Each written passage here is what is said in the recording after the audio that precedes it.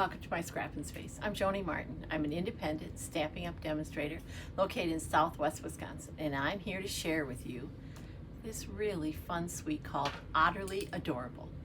What do you say we get my face out of the way and start playing with product? So this is one of two suites that was released in November, and I'm going to show you what's included in the suite, and then we're going to make a card with it. We'll save the card till after we look at all the wonderful stuff in the suite. So it includes a bundle, which means you get a deal if you order the stamp set and the dies together, but you can order them alone.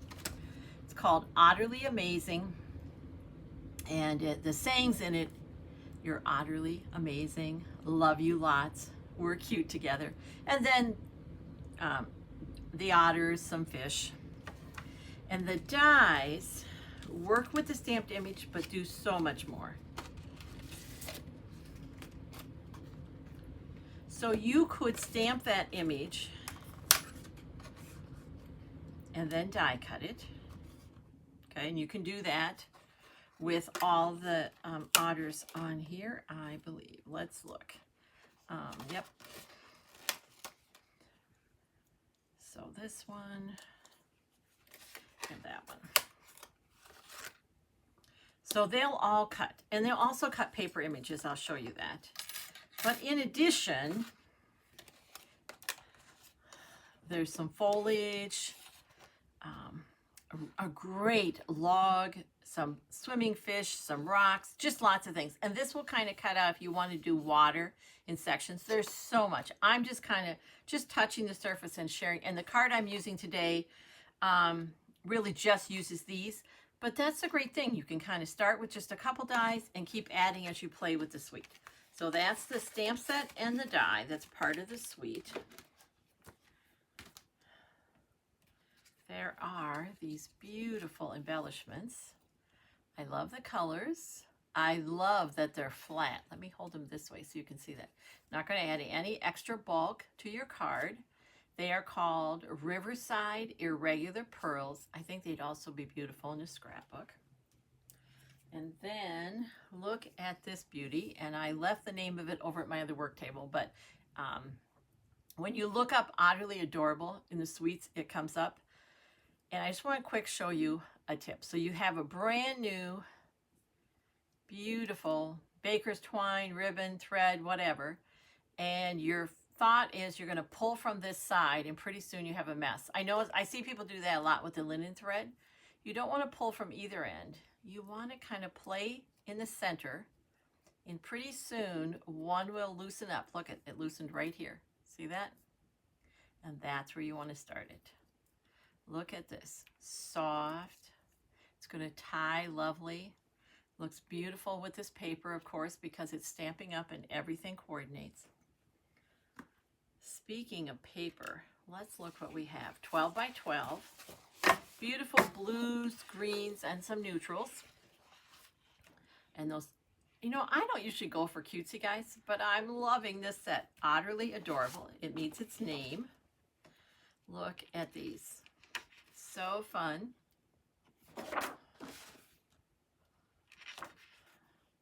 Beautiful pieces. You could cut this, and I'll have lots more cards for you as I play with it more. Like I said, today I just started with the basics, but there's so much you can do with this, and I can't wait to share more cards with you.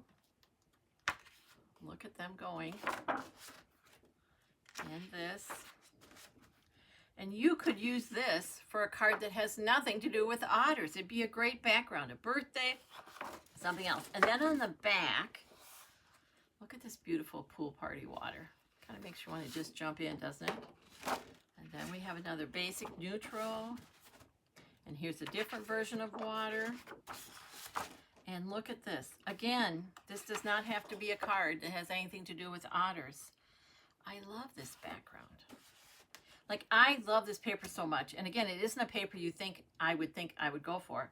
But I want to make a card with every sheet just to show you how versatile it is. And maybe that's what I'll do. So then we have, look close. See those little tiny, beautiful fishes going through there? And then if you're into fish, there we go. Yep. Okay, so let's look at what. I'm going to quick set these dies aside. because I don't know about you, but this is how I lose things. So we're going to put them back in its envelope. And you want to be looking for more cards using this paper pack. But let's look at the card I made today. Isn't this cute? You're utterly amazing. I turned it into a birthday card because, excuse me, the beginning of December, we're celebrating a 6-year-old. And I thought that would be perfect for him because he is utterly amazing. Let's look at how we put the card together. We're going to use some other dies.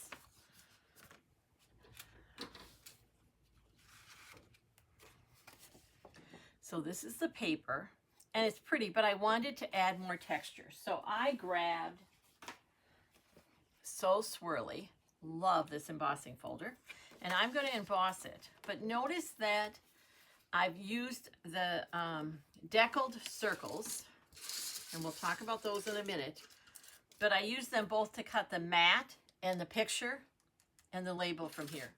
So for the mat, I also embossed that to add the same texture. And we can do both of them at the same time because we have one of these longer embossing folders. Let's clear some space here. And this is how we're going to do it. It doesn't these swirls kind of go every which direction, so we don't have to worry about directionality here. We're just going to put both pieces in here. When I get an embossing folder, I add the name of the embossing folder and the sandwich.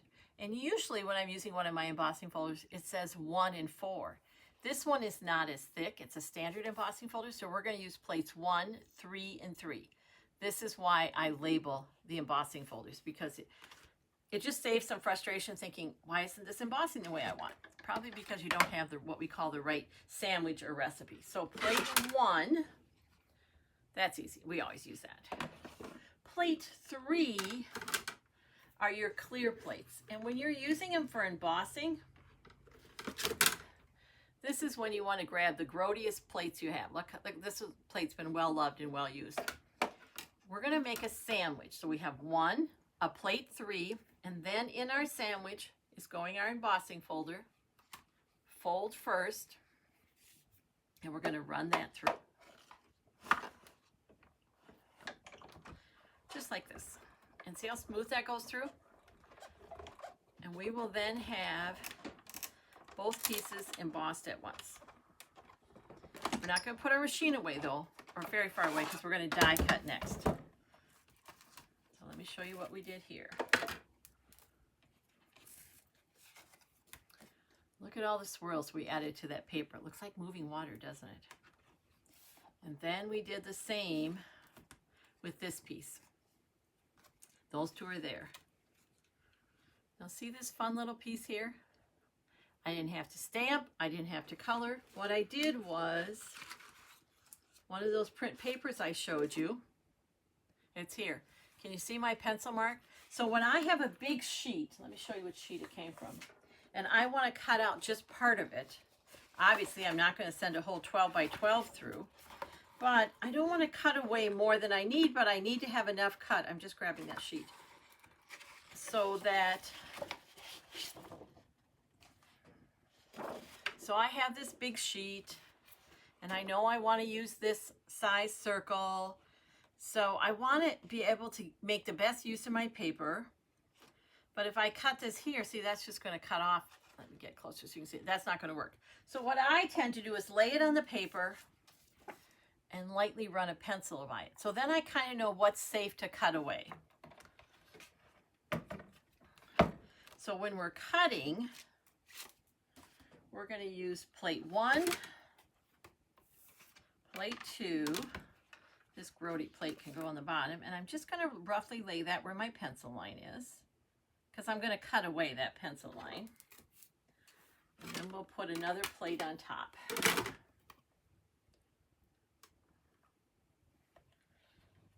That's going to go here. And I'm just going to run it this way. It's easier for me to use the handle, but I just have to kind of be careful because it's too close to my camera stand. I'm just going to run that through, and then I'm going to pull my machine back so it doesn't hit the camera stand. And then we're done with our cut and emboss machine. So we have embossed the mat, the front piece, and the piece that goes around here. So we have these two pieces. And do you notice I have a different little scenario because that page had all kinds of them, and by laying my die on there and circling them, I could make the best use and cut out as many as I could from that sheet. So this time we're going to use this little scene. And now let's look at the other pieces of our card. We have, she says, hopefully, a card base. And I do not have that. I'm going to just quick grab it. I picked up too many things as I was getting ready to do this video, and I put it away. There we go.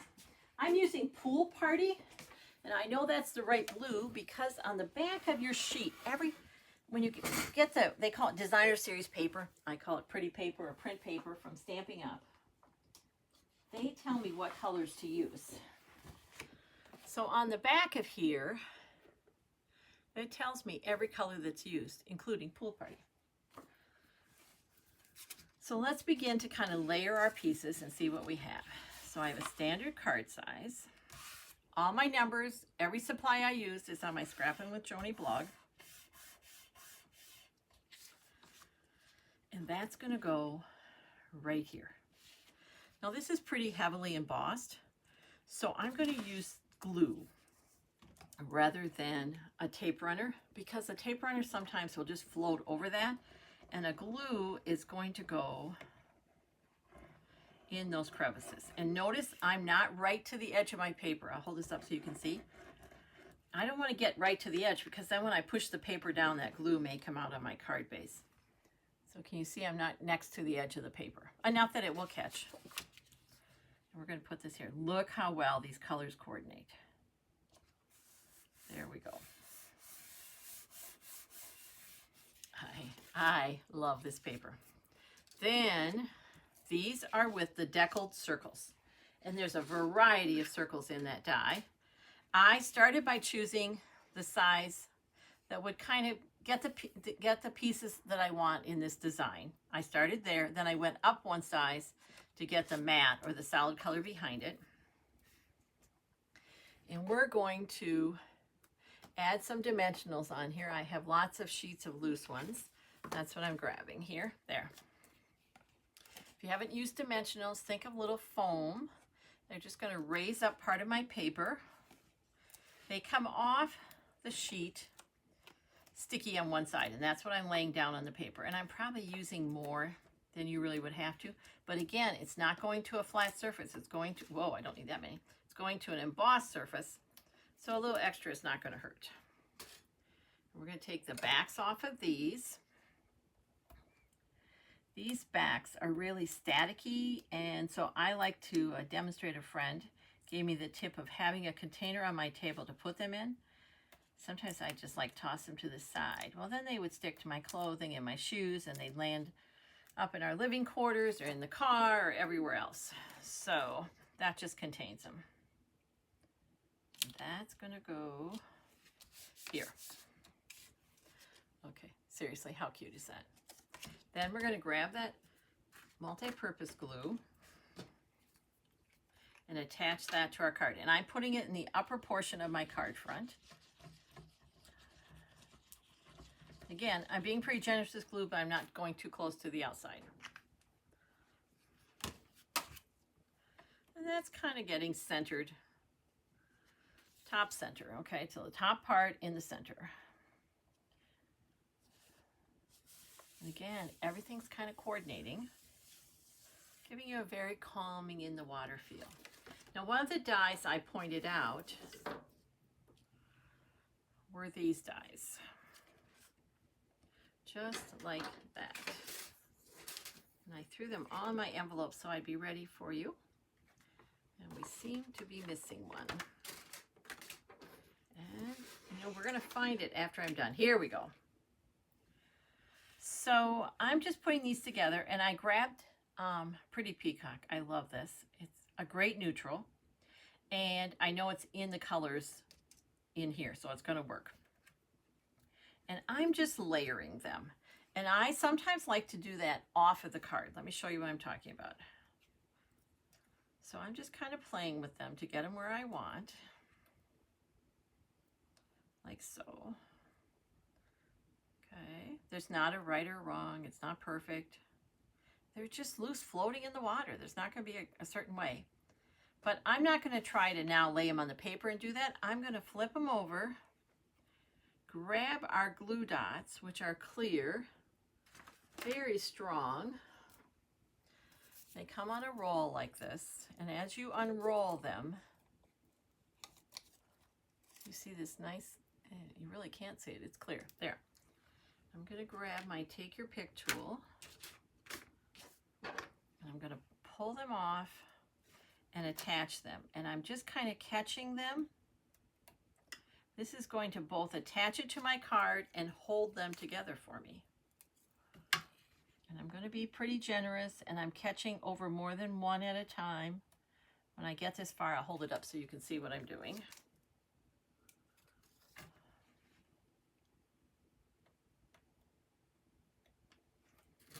And so this, especially for something like this, where they can kind of be whichever you want them, but it's just easier to attach them this way than try to lay them down and then play with them. At least for me, it's easier. There we go. Let's do that. And because they're clear, if they show a little bit, you're not going to catch them. You won't see it. Except if they, you know, this is the advantage of the glass mat, if they attach here. Okay, so this one didn't want to play along. It wanted to go by itself. So we're just going to grab a glue dot here and catch it. And it's still saying, I don't know if I want to join you. So let's just add a glue dot and help it make up its mind. So there we go. There. Now we're going to attach this to the card. And I don't know if you noticed, but my glue dots are like in the bottom half here. See how they're kind of holding let the camera catch up, how they're holding them together. We're going to lay this down here in the corner. And I'm just going to put one of them kind of under the circle. And one of them on top of the circle. And if you're concerned that, like I don't want to cover up this adorable little otter coming out of the water, so here's what we're going to do. We're going to tell it where we want it to land. We're going to grab another glue dot. And I want it over here a little bit. So I'm going to put a glue dot there.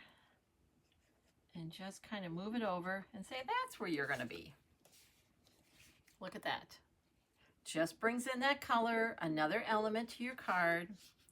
But we need that saying on the front. So I took one of the smaller deckled circles, the size that the saying would fit in. And I'm also going to use dimensionals to pop that up.